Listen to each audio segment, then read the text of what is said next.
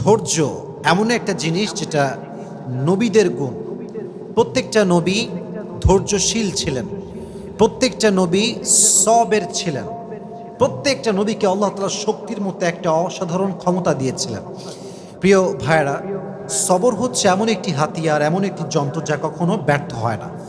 সবর এমন একটি যন্ত্র যা কখনো বৃথা যায় না, এবং সবরকে আল্লাহ তাআলা এমন একটি তীর বানিয়েছেন যা কখনো লক্ষ্যভ্রষ্ট হয় না, এবং সবরকে আল্লাহ তাআলা এমন একটি দুর্গ বানিয়েছেন যা কখনো ধ্বংস হয় না।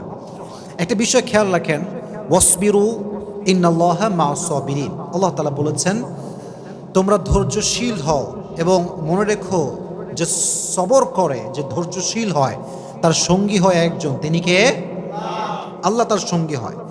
এখন প্রশ্ন হচ্ছে যে সবর, ওয়াই সবর ইজ মোস্ট ইম্পর্ট্যান্ট? সবরটা গুরুত্বপূর্ণ কেন? আমার চোখে চোখ রাখেন, আমি একটু বোঝাবার ট্রাই করি যে সবরটা গুরুত্বপূর্ণ কেন। আচ্ছা, একটু ফিল করেন যে আমাদের জীবনে একটা বিপদ আসছে। হয় আমার বাবা মারা গিয়েছে, আমার জব আমি লস করে ফেলেছি, জব হারায় গেছে, অথবা আমার কোনো ইনজুরি হয়েছে, কোথাও আঘাত লেগেছে। আচ্ছা বলেন তো, এই সমস্ত প্রত্যেকটা ড্যাঞ্জারে আমার দিকে তাকান, ধৈর্য ছাড়া কোনো গতি কি আছে? কোনো গতি নাই।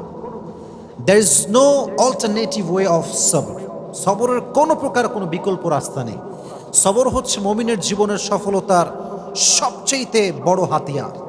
তবে আমি আজকে আলোচনাটা একটু লম্বা করব, এই জন্য সবর এটা মেয়েদের জন্য জরুরি, ছেলেদের জন্য জরুরি, সবার জন্য জরুরি। কারণ পরীক্ষা শুধুমাত্র ছেলেদের জীবনেই আসে না, মেয়েদের জীবনেও পরীক্ষা আসে না নাই? একজন মেয়ে যে বিয়ে করেছে, আব্বা আম্মার ঘর সংসার সব ছেড়ে আসছে, এসে দেখছে যার জন্য সব ছেড়ে আসছে সে তার মতো না, স্বামী খারাপ। এরকম মাঝে মাঝে হয় না? তো এই যে মেয়েটার শ্বশুর বাড়ি খারাপ, শাশুড়ি খারাপ, স্বামী খারাপ, তার জীবনেও সবরের দরকার আছে না নাই? আরেকজন মেয়েকে না আপনি ভাবেন, যে মেয়েটা বিয়ে করেছে, জাস্ট মনে করেন 1 মাস হয়েছে, 1 মাস পরেই তার স্বামী মারা গিয়েছে, বিধবা হয়ে গিয়েছে।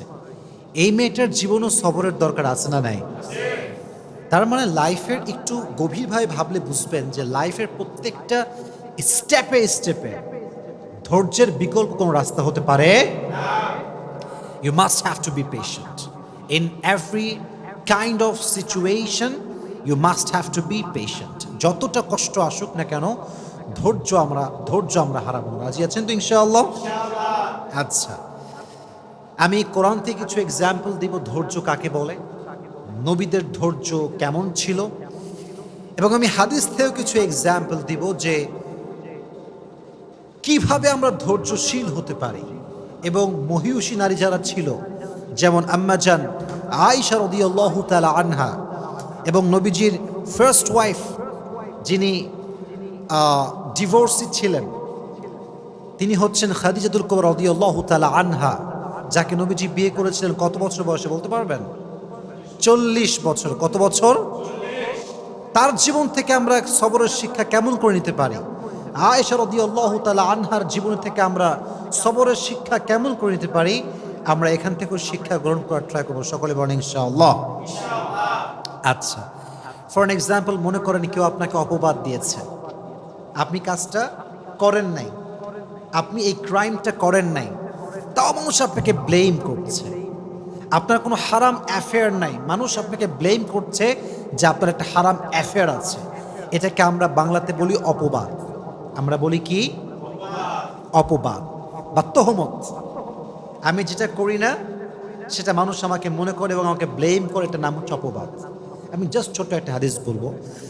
আগে প্রশ্ন করি, নবীজির একজন কুমারী স্ত্রী ছিলেন, যেই একমাত্র স্ত্রী, কখনো বিয়ে করেন নাই, তার ডিভোর্স হয়নি, তার স্বামী মারা যায়নি। তার নামটা কি প্রিয় ভাইয়েরা? আয়েশা রাদিয়াল্লাহু তাআলা আনহা। ছোট্ট একটা হাদিস শেয়ার করছি। নবীজির মোট স্ত্রী ছিল কয়জন বলেন তো? 11 জন। জোরে বলেন কয়জন? 11 জন। 11 জন স্ত্রীকে নবীজি ঘুরতে নিয়ে যেতেন। তবে এটা একটা সিস্টেম ছিল, লটারি সিস্টেম। নবীজি একটা বাক্সে সবার নাম লিখে রাখতেন, যার নামটা উঠতো তাকে নবীজি ঘুরতে নিয়ে যেতেন। সুবহানাল্লাহ পড়ে। ওটা অ্যামেজিং সিস্টেম। যার নাম উঠতো তাকে নবীজি নিয়ে ঘুরতে যেতেন। তো একবার নবীজি লটারি করলেন, একটু মনোযোগ দিয়ে শুনতে হবে। লটারি করার পরে আম্মা জানা আয়েশা রাদিয়াল্লাহু তাআলা আনহার নামটা লটারিতে উঠল, নবীজি ঘুরতে নিয়ে গেলেন। এটা একটু লম্বা স্টোরি, বাট আপনাকে মনোযোগ দিয়ে শুনতে হবে, কারণ এখানে একটা অনেক বড় সবরের শিক্ষা আছে। সেই যুগে ঘুরতে যাওয়া হতো মেয়েদেরকে নিয়ে, ওয়াইফদেরকে নিয়ে। এটাকে বলা হতো হাউদাজ, আমরা বলি এটাকে পালকি। আগের যুগে বিয়ে হতো কিসে করে? পালকিতে করে। হাউদাজ এটাকে আমরা আরবিতে বলি পালকি। পালকিতে চড়ে বিয়ে হতো, হতো না? আগের যুগে এটা সিস্টেম ছিল। তো তখনকার যুগে এভাবে পালকিতে চড়ে ঘুরতে নিয়ে যাওয়া হতো। তো আম্মা জান আয়েশা রাদিয়াল্লাহু তাআলা আনহাকে পালকিতে চড়ে নিয়ে যাওয়া হচ্ছে ঘোরার জন্য। তো যখন কাম ব্যাক করবে বাসার দিকে, এক্স্যাক্টলি ওই সময় এসে আম্মা জান আয়েশা রাদিয়াল্লাহু তাআলা আনহার প্রকৃতির চাপে তিনি প্রকৃতির ডাকে সাড়া দেওয়ার জন্য বের হন, মানে পালকি থেকে নামেন। যেটা হয় সেটা হচ্ছে পালকি থেকে নামার পরে উনি একটু দূরে যান প্রকৃতির ডাকে সাড়া দেওয়ার জন্য। এখন মজার বিষয় হচ্ছে আম্মা জান আয়েশা রাদিয়াল্লাহু তাআলা আনহা ছিলেন, she was slim, she was not fat. উনি খুব চিকন ছিলেন, মোটা ছিলেন না, চিকন ছিলেন। চিকন মানুষ কোথাও উঠলেও বোঝা যায় না, নামলেও বোঝা যায় না, কারণ সে স্লিম বডি বিলং করে। মোটারা কোথাও উঠলে দেখবেন মাঝে মাঝে মোটারা রিকশায় উঠলে রিকশার জায়গায় থাকে না বসা। তো এটা হচ্ছে বডির ডিফারেন্স। তো কি হলো, উনি যখন প্রকৃতিটাকে সাড়া দেওয়ার জন্য গেছেন, যেই সাহাবি পালকিটা টানছিল, পালকিটা নিয়ে যাচ্ছিল, ওই সাহাবি বোঝে নাই যে আসলেই আম্মা জান আয়েশা উঠেছেন নাকি উঠেন নাই। যেহেতু উনি স্লিম ছিলেন, উঠলেও যা, না উঠলেও উনি নিয়ে চলে আসছে। আম্মা জান আয়েশা রাদিয়াল্লাহু তাআলা আনহা যখন প্রকৃতির ডাকে সাড়া দিয়ে ফিরে আসেন, দেখছেন পালকি নাই। পালকি কোথায়? পালকি আর নাই, পালকি চলে গিয়েছে, কারণ সে ভেবেছে এখানে আয়েশা রাদিয়াল্লাহু তাআলা আনহা আছেন। তো উনি যখন ফিরে আসলেন, দেখলেন পালকি নেই, তখন উনি খুব সবরের সাথে অপেক্ষা করলেন। যখন দেখলেন অপেক্ষা করেও আসছে না, তখন তিনি কি করলেন জানেন? সুন্দর করে মরুভূমিতে শুয়ে পড়লেন চাদর মুড়ি দিয়ে। চাদর মুড়ি দিয়ে শুয়ে পড়লেন। অনেক লম্বা স্টোরি, আমি প্রেসাইজলি বলছি, but there is a lesson, very important lesson, অনেক গুরুত্বপূর্ণ একটা শিক্ষা আছে। তো যখন নবীজি দেখলেন যে আয়েশা নেই রাদিয়াল্লাহু তাআলা আনহা, উনি একজন সাহাবীকে লস্ট অ্যান্ড ফাউন্ডের দায়িত্ব দিয়েছিলেন, যে কে হারাচ্ছে, কে সফরে আছে, কে নেই, এটা খোঁজাখুঁজির জন্য। যেমন যদি আপনারা কখনো পিকনিকে যান, দেখবেন যে একজন লোক থাকে যে মাইক নিয়ে ডাকে, অমুকে আসছে কিনা, অমুকে বাসে উঠেছে কিনা। এরকম পিকনিকে হয় কি হয় না? হয়। ডাকে, কোথায় কে আছো, কে মিসিং আছো, বের হয়ে আসো। তো যেই সাহাবীকে নবীজি দায়িত্ব দিয়েছিলেন তার নাম হচ্ছে আব্দুল্লাহ ইবনে মুআত্তাল। আব্দুল্লাহ ইবনে মুআত্তাল রাদিয়াল্লাহু তাআলা আনহু। উনি এবার আয়েশা রাদিয়াল্লাহু তাআলা আনহাকে খোঁজা শুরু করলেন। খুঁজতে খুঁজতে তিনি দেখতে পেলেন আয়েশা রাদিয়াল্লাহু তাআলা আনহা মরুভূমির মাঝখানে চাদর মুড়ি দিয়ে শুয়ে আছেন। উনি বুঝতে পারেন এটাই আয়েশা রাদিয়াল্লাহু তাআলা আনহা। উনি ডাকলেন না, গিয়ে কথা বললেন না, চুপচাপ দাঁড়িয়ে থাকলেন। যখন আয়েশা টের পেল যে এখানে কেউ এসেছে আমাকে নেওয়ার জন্য, উনি চলে আসলেন। এবার তাকে নিয়ে সে ফিরে আসলো নবীজির কাছে। কিন্তু যেহেতু সফরে সবাই ফিরে গিয়েছে বাসাতে, আর সর্বশেষ আব্দুল্লাহ ইবনে মুআত্তাল আম্মা জান আয়েশাকে নিয়ে ফিরে এসেছেন, মুনাফিকদের সর্দার আব্দুল্লাহ ইবনে সালুল সুযোগ পেয়ে গেল। কি সুযোগ? এবার সে ব্লেম শুরু করলো যে আয়েশার সঙ্গে এই সাহাবীর একটা জেনার সম্পর্ক আছে। সকলে বলেন নাউজুবিল্লাহ। পৃথিবীর সবচাইতে সতীত্ববান নারীর উপরে জেনার ব্লেম, কত বড় মারাত্মক জঘন্য অপরাধের ব্লেম। আপনি চিন্তা করতে পারেন কার ব্যাপারে? আপনার ব্যাপারে নয়, আমার ব্যাপারে নয়, সবচেয়ে সতীত্ববান নারী আয়েশা রাদিয়াল্লাহু তাআলা আনহার ব্যাপারে ব্লেম করা হলো যে সে এই সাহাবীর সঙ্গে ওই মরুভূমি থেকে আসার সময় খারাপ কাজ করেছে, অন্যায় করেছে, জেনা করেছে। কিন্তু বিষয়টা আয়েশা জানতেন না যে আমার বিষয়ে এই ব্লেমটা করা হয়েছে। কিন্তু উনি ফিল করলেন যে প্রিয় নবীজি আমাকে আগে যেমন আদর করতেন এখন আর তেমন আদর করেন না, আগে যেমন ভালোবাসতেন এখন তেমন আর ভালোবাসেন না। এটা তিনি ফিল করতে শুরু করেন, but she had no idea যে আমাকে এরকম একটা ব্লেম করা হয়েছে। তো একটা সময় গিয়ে আয়েশা রাদিয়াল্লাহু তাআলা আনহা বাবার বাসায় আসলেন। বাবার বাসায় যখন আসছে তখন আশেপাশের লোক বলতে শুরু করছে, আয়েশা তোমার নামে তো এরকম গুজব ছড়ানো হচ্ছে, তুমি নাকি অমুক সাহাবীর সঙ্গে এই সম্পর্ক করেছিলা সফর থেকে ফিরে আসার সময়। এটা শুনে আয়েশা রাদিয়াল্লাহু তাআলা আনহা just she was shocked and thunder. এটা কেমন কথা, কত বড় মিথ্যা অপবাদ আমার উপরে। কিন্তু দেখেন, পৃথিবীর নির্মম বাস্তবতা হচ্ছে কষ্টে পড়লে বোঝা যায় যে কে আপন কে পর। কষ্ট বিপদ হচ্ছে এমন একটা জিনিস যেটা মানুষকে চিনিয়ে দেয় যে কে আমার আপন কে আমার পর। আমার যখন খুব কষ্ট আসে, খুব বিপদ আসে, আমার একদিক থেকে খুব ভালো লাগে যে আমি আমার আপন মানুষ চিনছি। এবং যখন আমি চিনে ফেলি তখন আমি বলি যে ভাই বিপদ তো আসবে আর যাবে, কিন্তু আমি তো আপনাকে চিনে ফেললাম যে আপনি কোন ক্যাটাগরির লোক, এটা আমার বোঝা হয়ে গেল। তো আম্মা জান আয়েশা দেখলেন যে সবাই তার বিপক্ষে, কেউ তার পক্ষপাতী করে না। ইভেন সর্বশেষ, অনেক লম্বা স্টোরি, আমি জাস্ট প্রেসাইজলি বলছি, সর্বশেষ নবীজি আম্মা জান আয়েশার কাছে আসলেন, এসে বলেন, আয়েশা তুমি যদি সত্যি এই অন্যায় করে থাকো আল্লাহর কাছে মাফ করো, আল্লাহর কাছে মাফ চাও, আল্লাহ তোমাকে মাফ করে দিবে। এই কথা শুনে আয়েশা রাদিয়াল্লাহু তাআলা আনহা আকাশ থেকে পড়েছে, নবী হে, শেষমেশ আপনিও আমাকে এই কথা বলছেন, আপনিও এই রুমরে বিশ্বাস করেছেন, আপনিও এই গুজবে বিশ্বাস করেছেন? অপেক্ষা করেন, আল্লাহ আমার জন্য আছে। সুবহানাল্লাহ পড়েন। উনি চাইলে বলতে পারতেন যে আমি আর সংসার করব না, আমি আর এই সমাজে থাকবো না, আমি গলায় ফাঁসি নিব, আমি সুইসাইড করব, যেটা আমরা সাধারণ মানুষরা বলি। উনি একটুও কমপ্লেইন করেন নাই, জাস্ট কষ্ট পেয়েছেন, সবর করেছেন। আল্লাহ তাআলা আয়েশা রাদিয়াল্লাহু তাআলা আনহার চরিত্রকে সুন্দর প্রমাণ করার জন্য, উনি যে কোনো অন্যায় করেন না এটা প্রমাণ করবার জন্য আল্লাহ নিজে কোরআনের আয়াত নাজিল করে দিয়েছে। সুবহানাল্লাহ পড়া। আল্লাহ নিজে আয়াত নাজিল করে ব্যাখ্যা দিয়েছেন যে আমার প্রিয় বান্দি আয়েশা কোনো অপরাধী নয়, সে কোনো জুলুম করে নাই, সে কোনো জেনা করে নাই, ব্যভিচার করে নাই। তাহলে বোঝা গেল যে ব্যক্তি সবর করে, ধৈর্য ধারণ করে, মানুষের দেওয়া মিথ্যা অপবাদ একদিন স্পষ্ট হয়ে যায় যে সে সব মিথ্যা ছিল, ঠিক কিনা বলেন?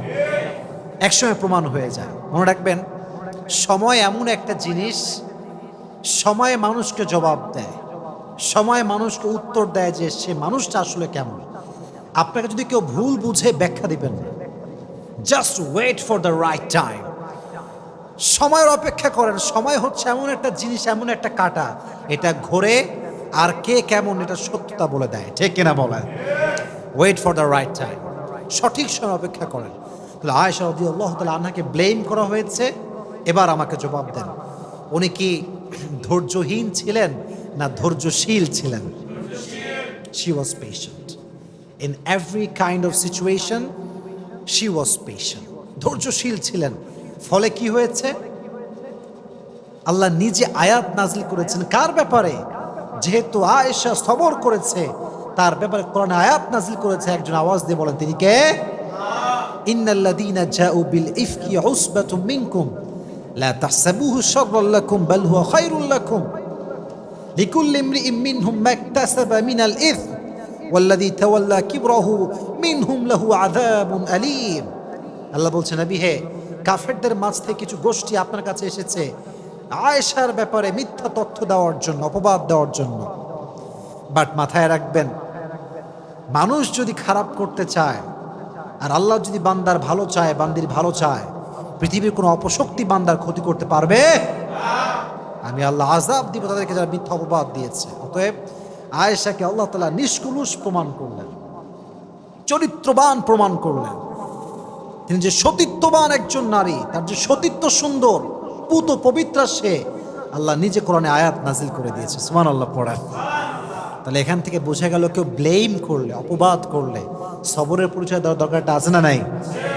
আচ্ছা, আরেকটা হাদিস থেকে বলি, আমি আগেই প্রশ্ন করেছিলাম, আমি আবার রিপিট করছি। নবীজির ফার্স্ট ওয়াইফ কে ছিল?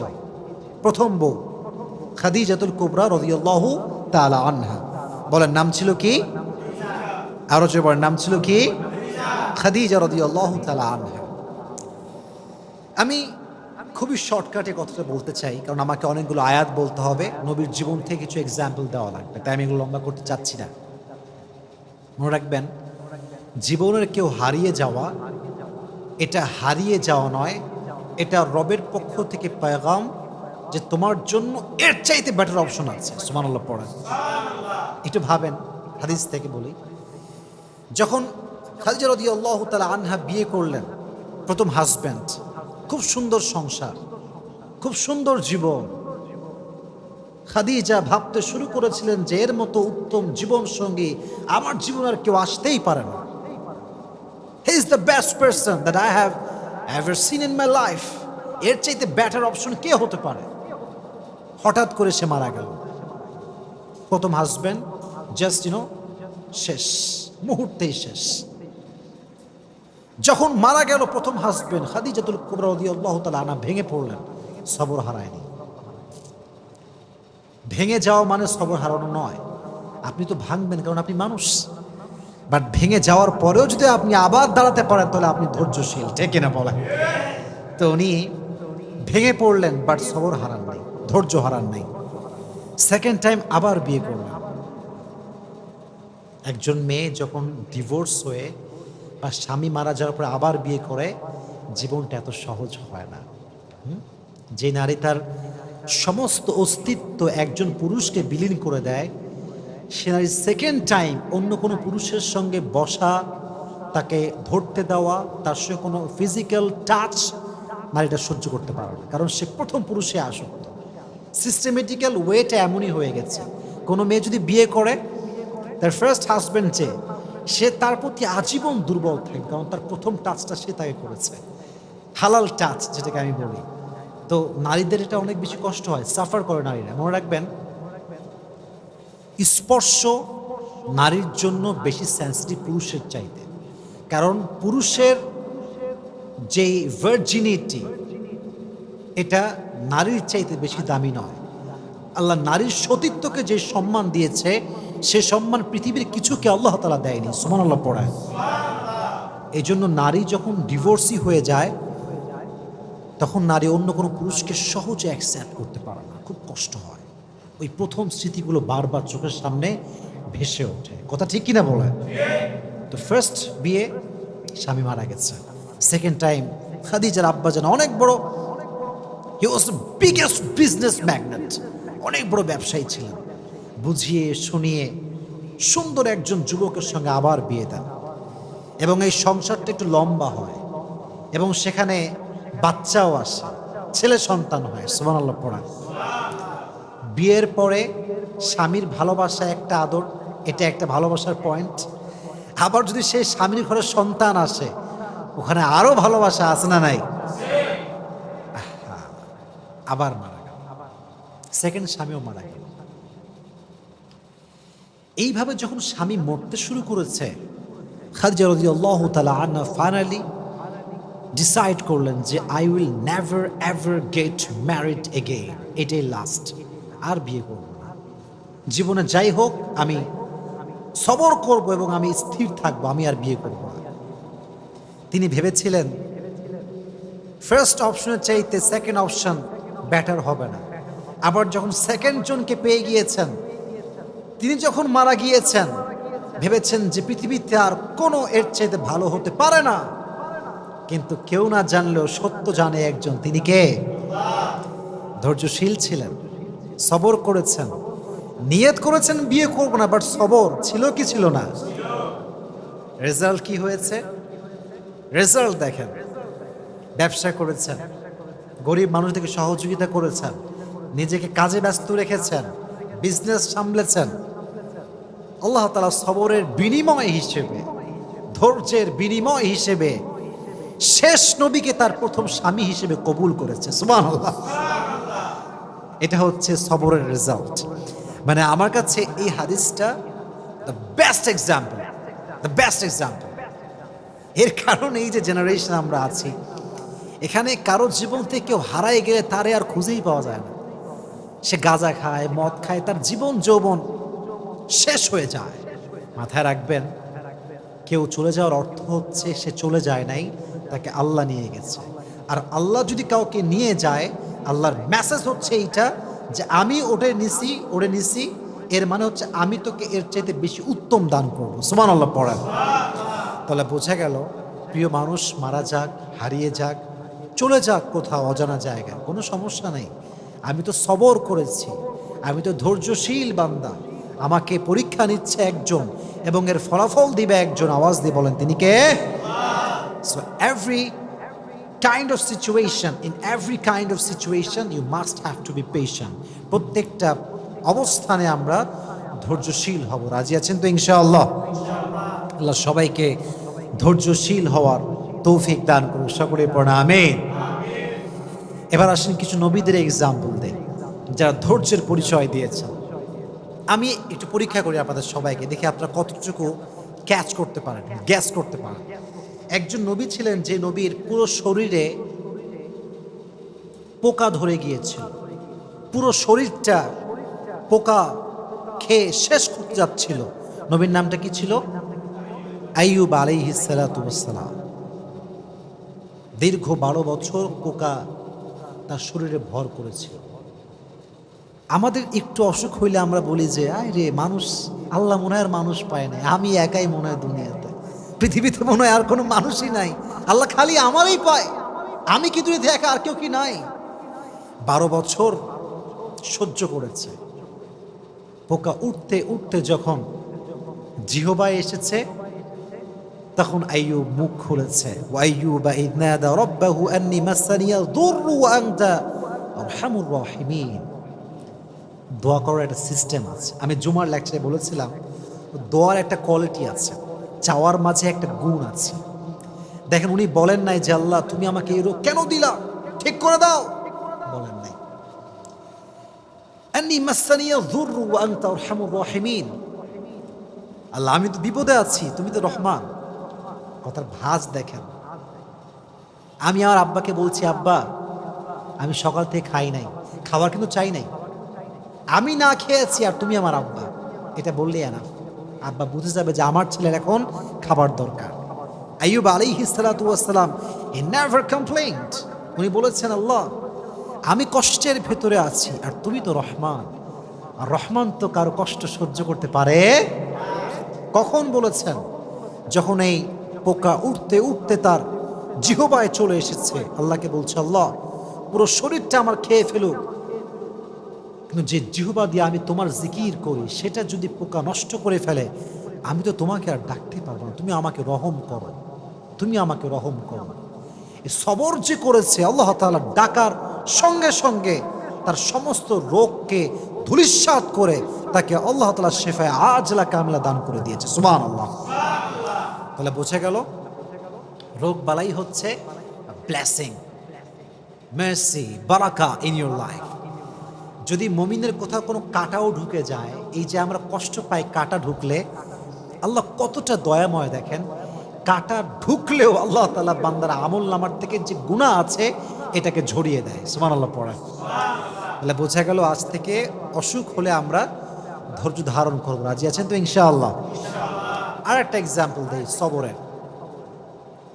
একজন নবী, আমি আবারও আপনাদেরকে প্রশ্নে ফেলছি, গ্যাস করতে হবে আপনাদের সবাইকে যে আমি কার নাম বলতে যাচ্ছি। একজন নবী যাকে মাছ খেয়ে ফেলেছিল, মাছের পেটে তিনি দীর্ঘদিন ছিলেন, তার নাম কি ছিল? ইউনুস।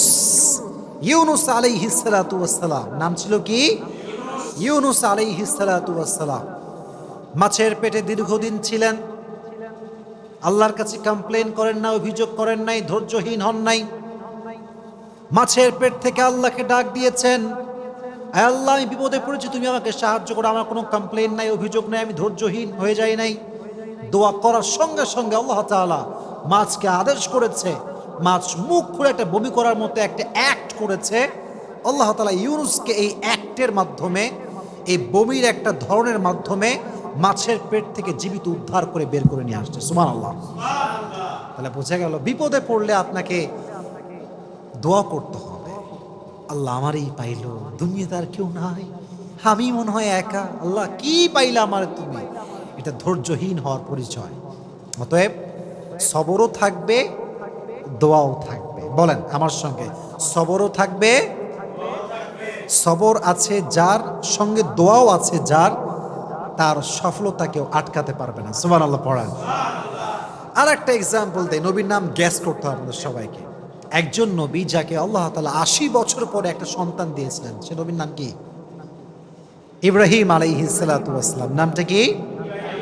ইব্রাহিম আলাইহিস সালাতু ওয়াস সালাম। সন্তানের নাম কিছু বলতে পারবেন? ইসমাইল। নাম কি ছিল? ইসমাইল আলাইহিস সালাতু ওয়াস সালাম। সবর কাকে বলে একটু বুঝাই আপনাদেরকে, শর্টকাটে বোঝাচ্ছি।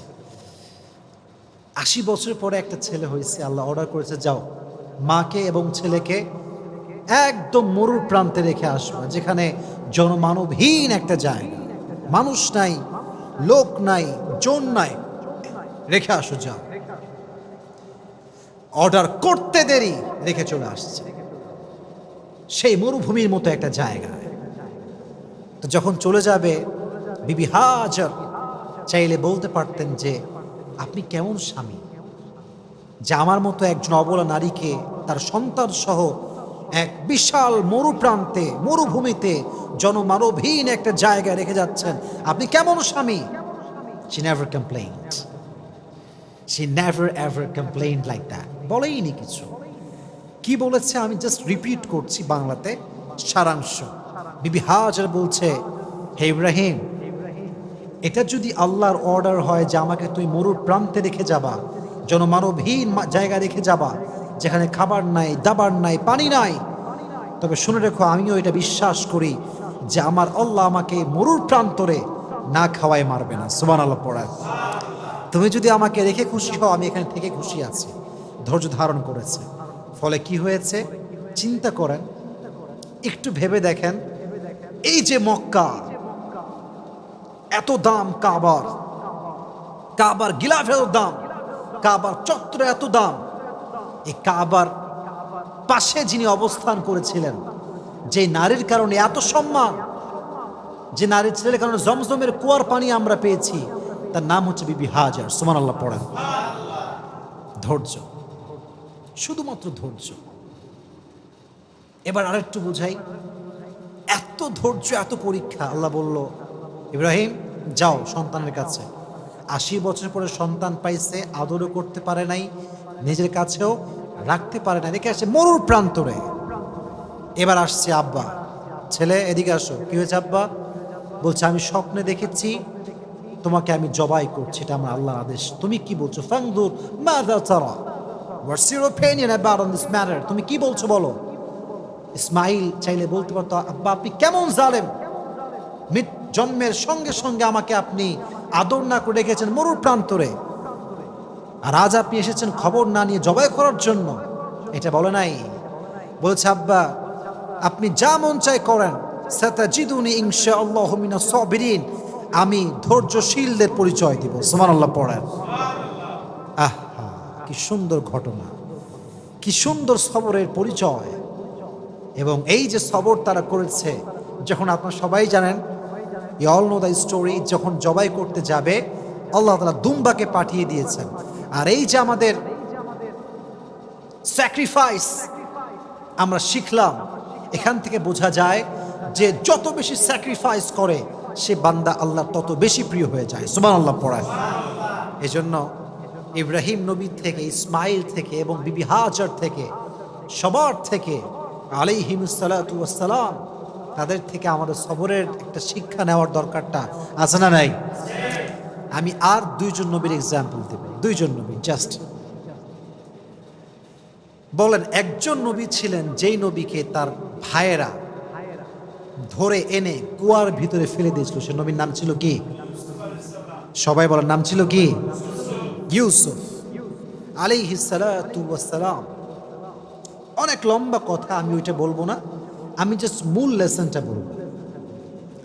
সাইয়েদনা ইউসুফ আলাইহিস সালাতু ওয়াস সালাম যখন যুবক, উঠতি বয়সী যুবক, বাচ্চা বাচ্চা ভাব, এখনো যুবক হয়ে পারে নাই, তার সবগুলো ভাই তাকে নিয়ে কুয়ায় ফেলছে, শুধুমাত্র হিংসার কারণে।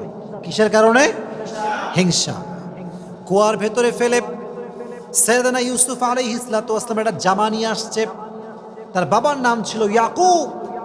ডাক দিয়ে বলছে, হে আমার বাবা, সব ছেলেরা আসছে, আব্বাজান দেখেন ইউসুফকে বাঘে খেয়ে ফেলেছে, আর এই হচ্ছে ইউসুফের জামা।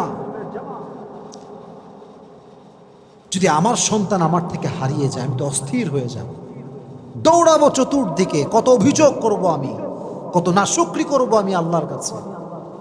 ইয়াকুব আলাইহিস সালাতু ওয়াস সালাম শুধু একটা ওয়ার্ড বললেন, ফাসবরুন জামিল।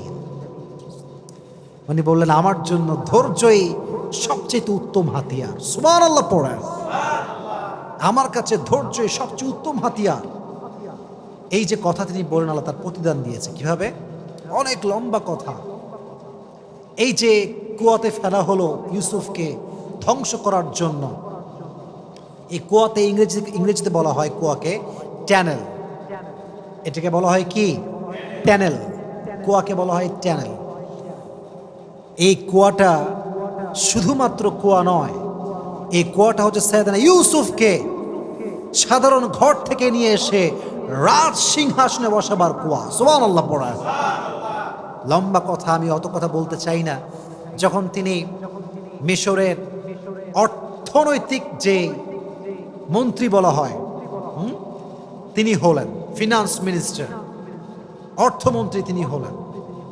তো যখন কেনানে অভাব দেখা দিল, তার সব ভাইগুলো ইউসুফের কাছে আসছে সাধারণ মানুষ হয়ে সাহায্য নেওয়ার জন্য। তো অনেক লম্বা কথা, যখন তারা আসছে অনেক কথাবার্তার পরে তারা বুঝতে পেরেছে যে এটা হচ্ছে ইউসুফ। এর নাম কি? ইউসুফ।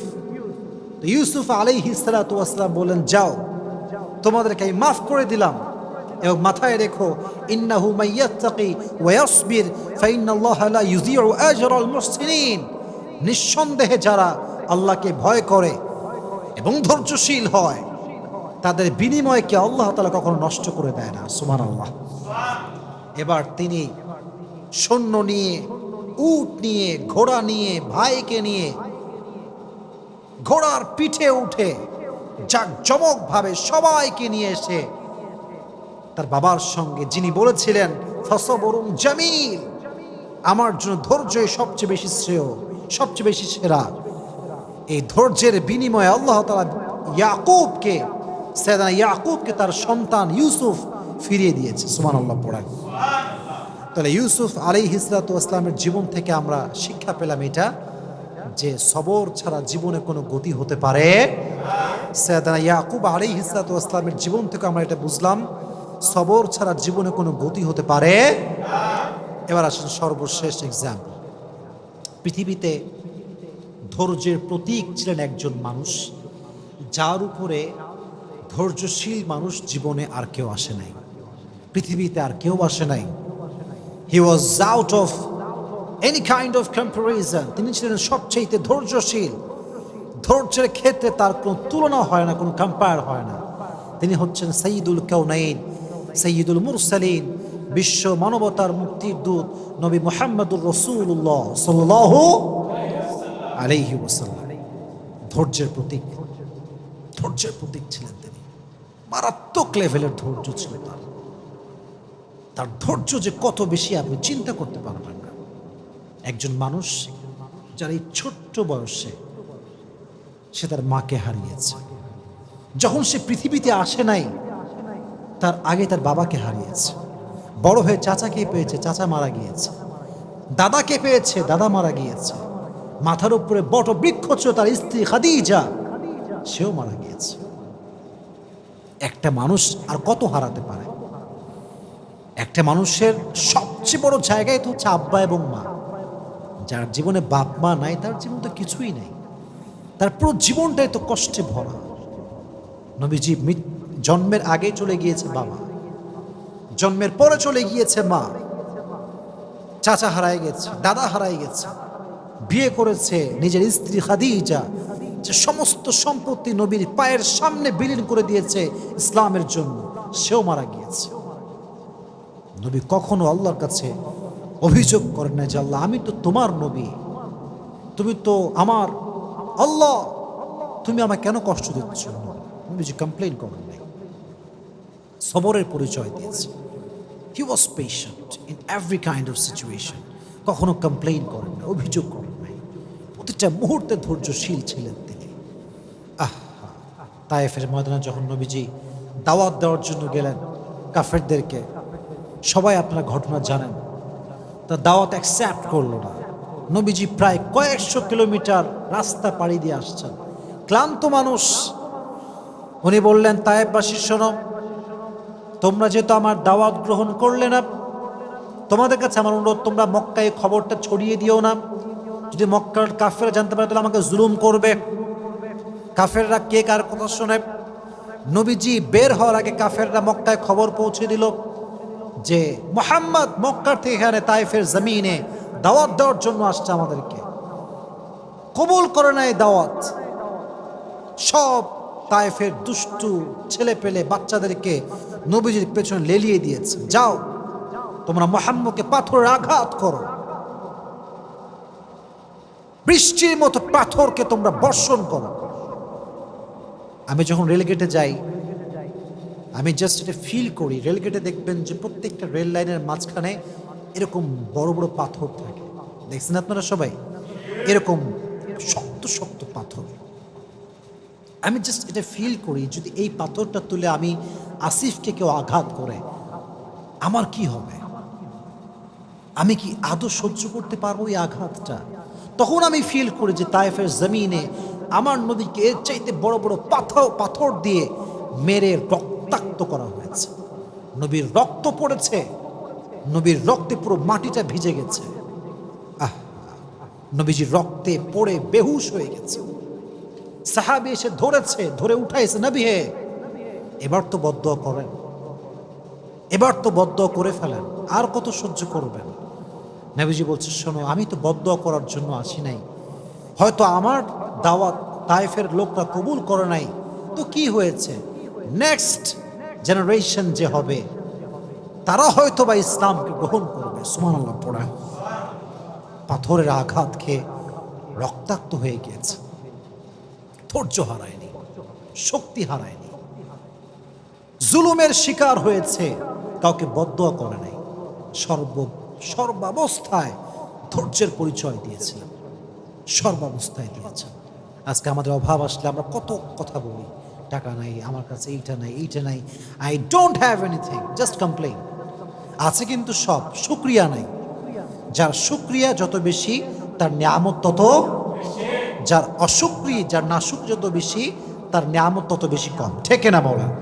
ধৈর্যশীল হতে হবে, সবের হতে হবে, এবং শাকের অর্থাৎ গ্রেটফুল, শুকর গুজার হতে হবে, কৃতজ্ঞ বোধ হতে হবে। আল্লাহ তুমি আমাকে যা দিয়েছো, what ever I have, I am happy with that. আমি আলহামদুলিল্লাহ খুশি আছি। আমার বাড়ি নাই তাও খুশি, আমার গাড়ি নাই তাও খুশি। আল্লাহ তুমি জাস্ট আমার হলেই আমার চলবে ইনশাআল্লাহ। তাহলে বোঝা গেল প্রত্যেকটা নবীর থেকে, যেমন আমরা শুনেছি আইয়ুব আলাইহিস সালাতু ওয়াস সালামের কথা, আমরা শুনেছি ইউনুস আলাইহিস সালাতু ওয়াস সালামের কথা, আমরা শুনেছি ইব্রাহিম আলাইহিস সালাতু ওয়াস সালামের কথা, আমরা শুনেছি ইয়াকুব আলাইহিস সালাতু ওয়াস সালামের কথা, আমরা শুনেছি ইসমাঈল আলাইহিস সালাতু ওয়াস সালামের কথা, আমরা শুনেছি ইউসুফ আলাইহিস সালাতু ওয়াস সালামের কথা, আমরা শুনেছি নবীর কথা, শেষ নবীর কথা। এর দ্বারা বোঝা গেল যে ধৈর্যশীল আমরা আজ থেকে আর হব না। হব কি হব না? আল্লাহ সবাইকে ধৈর্যশীল হওয়ার তৌফিক দান করুক, সকলে পড়া আমিন। আর বিশেষ করে আমি একটা কথা বলে শেষ করতে চাই আমার বোনদের জন্য, specially for my sisters, those who R listening me from YouTube or Facebook, this is my humble request for everyone.